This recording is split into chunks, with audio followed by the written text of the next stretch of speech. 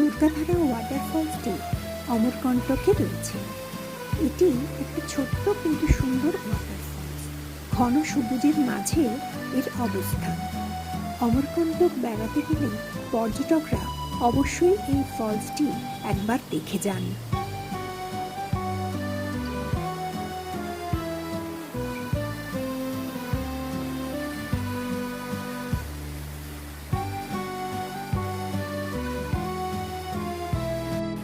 এই ওয়াটারফলসটিকে আরও কাছ থেকে দেখার জন্য বেশ অনেকগুলো সিঁড়ি ভেঙে ওপরে উঠেছিলাম।